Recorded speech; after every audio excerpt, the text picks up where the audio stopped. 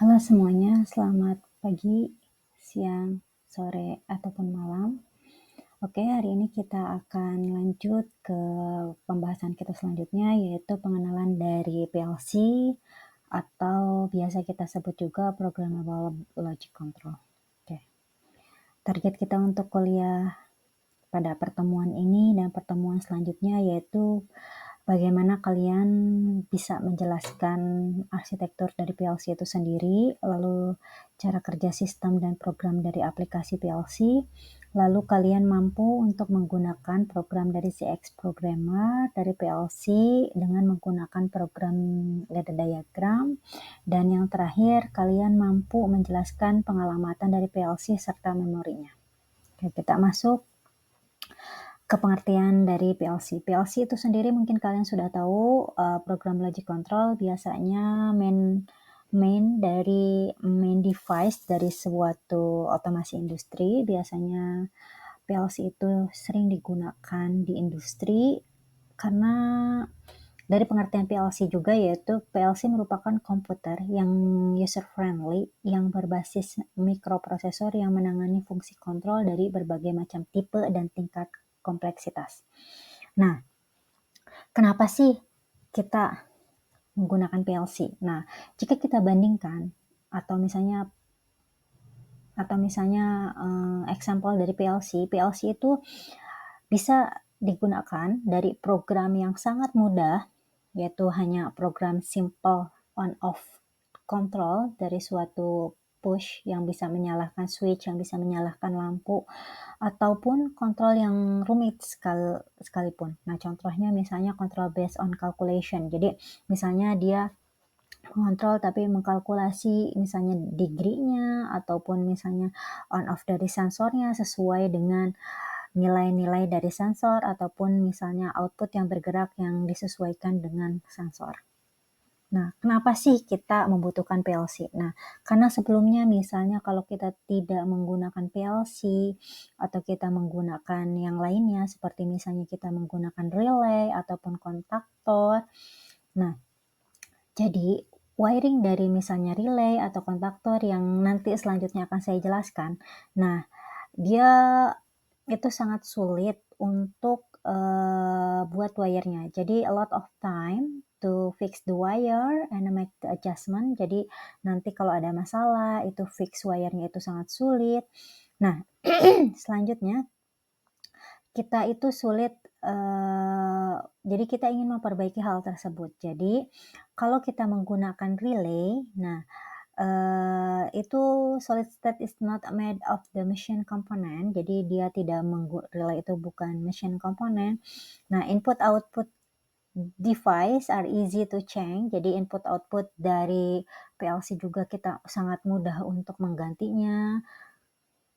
Hanya pakai screw lalu kita langsung ganti. Nah, electrician find the easy to program and keep it up. Nah, jadi kalau misalnya kalian jadi engineer, nah kalian sangat mudah untuk memprogramnya dan menggantinya.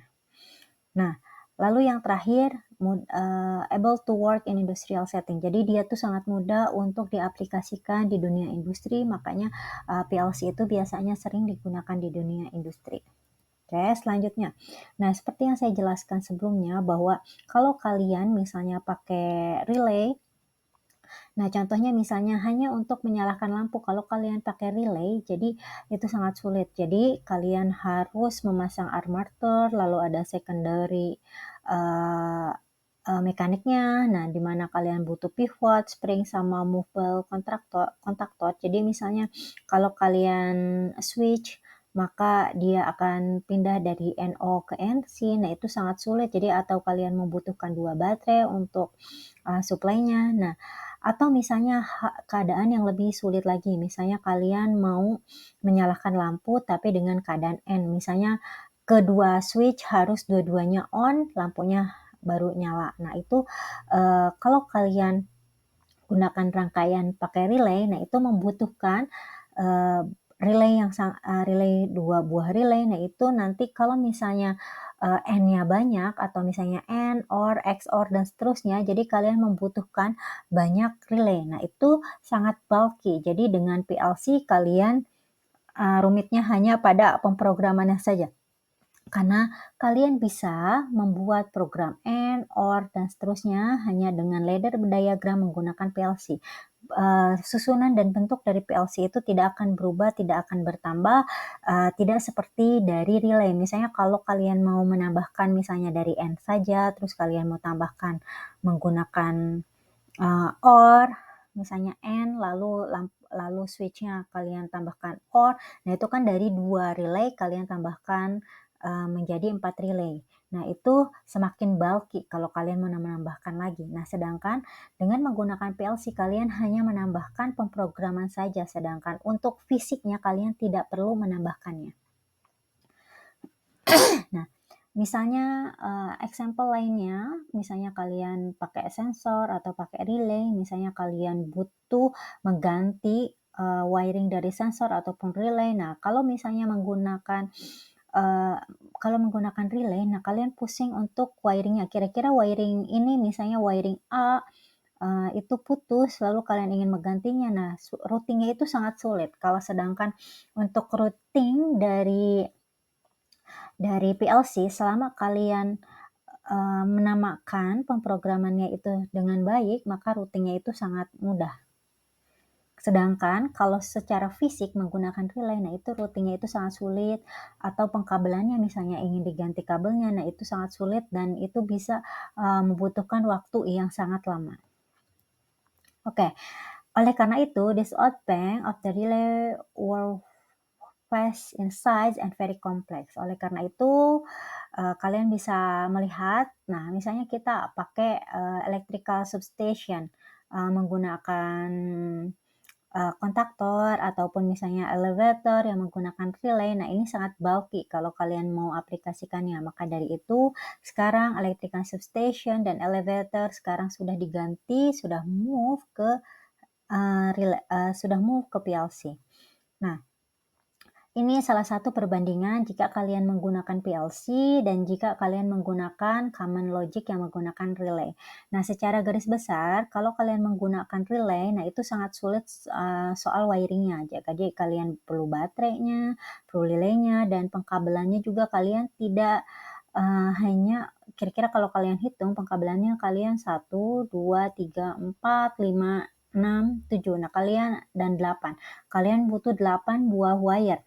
Nah, sedangkan dengan menggunakan PLC kalian hanya butuh 3 wire. Nah, jadi dengan menggunakan PLC, jadi kalian memudahkan proses wiring ya. Walaupun misalnya kalau kalian bandingkan soal harga, memang yang sebelah kiri ini lebih mudah dibandingkan yang sebelah kanan. Lebih murah dibandingkan sebelah kanan. Oke, nah ini contoh lainnya. Misalnya, ini contoh AND gate untuk menyalakan lampu. Kalau AND kan dia dua-duanya harus menutup baru lampu on. Nah, ini salah satu contoh dari AND gate dari sebuah relay. AND gate dari sebuah PLC. Nah, bagaimana kalau PLC kita mau menambahkan input lainnya? Nah, itu ya tinggal ditambahkan saja, itu sangat mudah. Jadi tidak perlu menggeser yang lainnya. Jadi ya kalian tinggal tambahkan misalnya dari address 1 sama 2 yang sebelumnya, jadi kalian tinggal tambahkan 2 lagi, tinggal kalian sambungkan ke address 3 sama 4 dan wiringnya pada ladder diagram juga jangan lupa untuk ditambahkan. Nah, contoh lainnya dari sebuah PLC, nah misalnya kalian mau pergi ke suatu tempat, mau pergi ke suatu negara, jadi kalian ada di bandara. Nah, di bandara kan jika misalnya kalian mau ke kota A, lalu koper kalian pasti nanti dipasang barcode.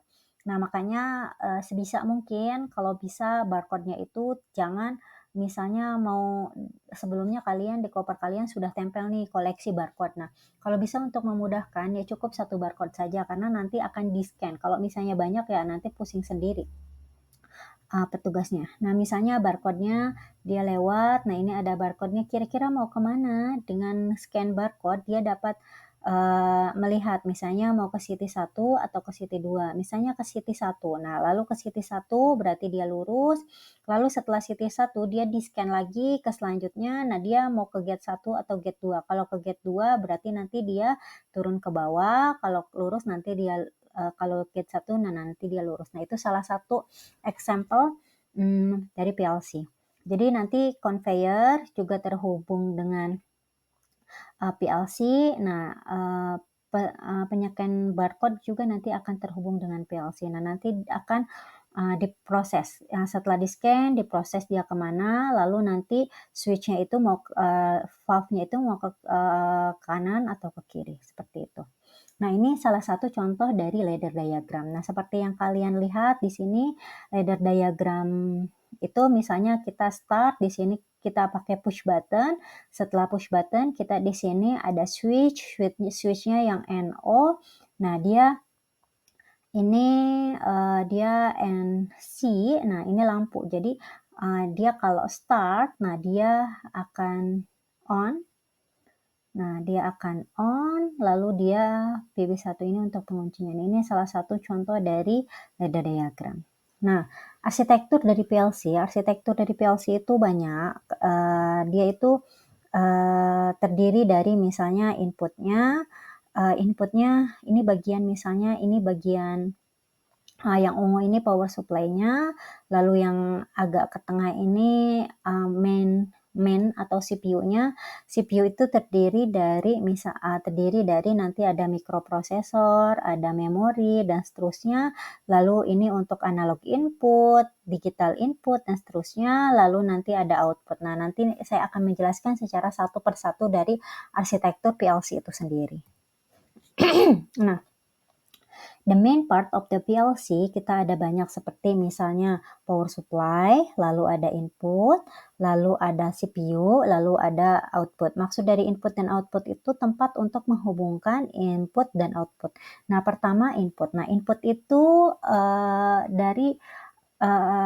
dari bagian yang dapat menghubungkan input itu ada dua macam. Seperti kalian Arduino juga ada dua macam. Ada digital input, ada digital output. Begitu pula dari PLC, ada digital input, ada digital output. Nah, digital input itu yang bisa digunakan hanya untuk on off saja, atau misalnya memberikan sinyal 1 sama 0. Nah, contoh dari digital input yaitu ya switch on off, biometrik, sensor, lalu float switch.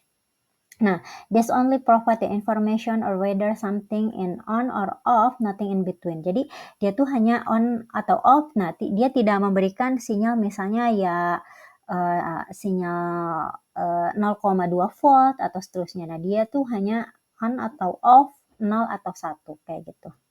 Nah, selanjutnya ada analog input. Nah, analog input itu ya dia ya bukan hanya memberikan 0 dan 1, tapi dia fluktuatif, ada nilainya. Seperti misalnya resistan temperatur detektor, RTD. Nah, RTD kan nanti dia akan memberikan suatu nilai resistansi. Lalu ada pressure sensor, lalu ada strain gauge. Jadi kalau misalnya ini misalnya potensiometer. Nah, potensiometer itu nanti kalian kalau ukur berarti nilai resistansi itu berbeda-beda. Nah, lalu another main part, jadi input module will perform 4 basic tasks. Jadi pada input modul, nah dia tuh berguna untuk misalnya merasakan ketika sinyal mendapatkan sesuatu, lalu dia itu akan mengconvert sinyal voltage ke dalam sinyal yang benar yang akan memberikan sinyal tersebut ke CPU, lalu mengisolasi PLC.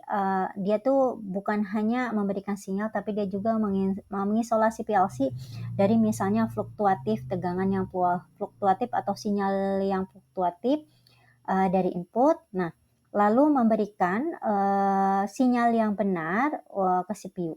Nah, ini salah satu dari kegunaan input.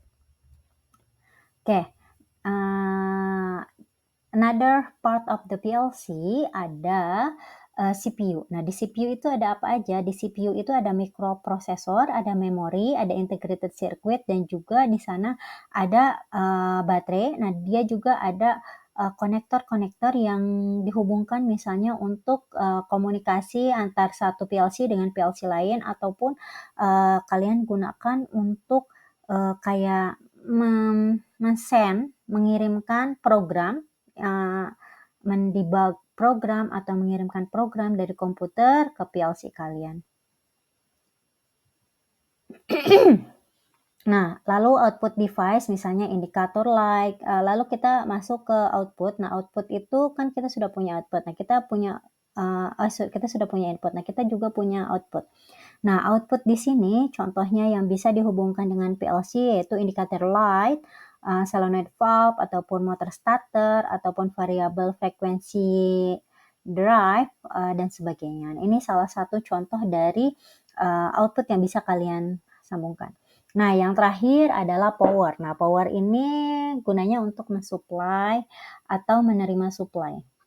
Nah, biasanya basic dari PLC yang saya jelaskan sebelumnya, nah dia bisa hanya on off saja, atau misalnya AND gate yang seperti di sini, misalnya kedua-duanya switch yang ada di sini harus on dua-duanya, dia baru bisa menyala. Nah, itu salah satu contohnya. Nah, ini bagaimana sih PLC dapat berjalan? Nah, pertama dia men-scan input. Jadi dia mendeteksi inputnya. Setelah mendeteksi inputnya, lalu dia cek what need to be done. Jadi dia program scan-nya dari awalnya sampai akhir. Setelah itu di execute program logiknya. Setelah itu di update untuk dikirimkan ke output. Lalu set Diagnostic Communication and Reporting. Nah, ini salah satu contoh bagaimana PLC tersebut dapat berjalan. Nah, PLC itu dapat dihubungkan dengan apa saja? Banyak hal yang dapat dihubungkan dengan PLC. Misalnya PLC itu dapat dihubungkan dengan human machine interface. Nah, bisa digunakan untuk transportation seperti untuk conveyor yang tadi saya jelaskan sebelumnya, bahwa ini bisa digunakan untuk conveyor berjalan, untuk yang seperti koper misalnya di bandara, lalu material handling seperti misalnya nanti ada seperti arm robot yang bisa bergerak dari kanan ke kiri yang memindahkan satu barang ke barang lainnya, ataupun untuk CNC, ataupun untuk quality control untuk pengecekan barang apakah itu reject atau tidak. Nah, salah satu contoh dari kegunaan PLC. Nah, misalnya ada suatu ruangan tersebut menggunakan biometric strip temperature sensor. Jadi nanti temperatur sensor, kalau misalnya temperaturnya itu di atas temperatur setting, jadi dia boiler yang ada di kanan ini akan on ya, akan off misalnya kalau temperaturnya di atas settingnya. Nah, dia akan on kalau temperaturnya terlalu rendah. Nah, untuk seperti ini kalian bisa menggunakan hanya on off saja, bisa menggunakan tanpa PLC. Nah, kalian bisa hanya switch on off itu bisa menggunakan relay saja, karena kan itu hanya switch on off saja. However, a PLC is better because it has a time function. Jadi PLC itu lebih baik karena dia tuh nanti bisa digunakan time function.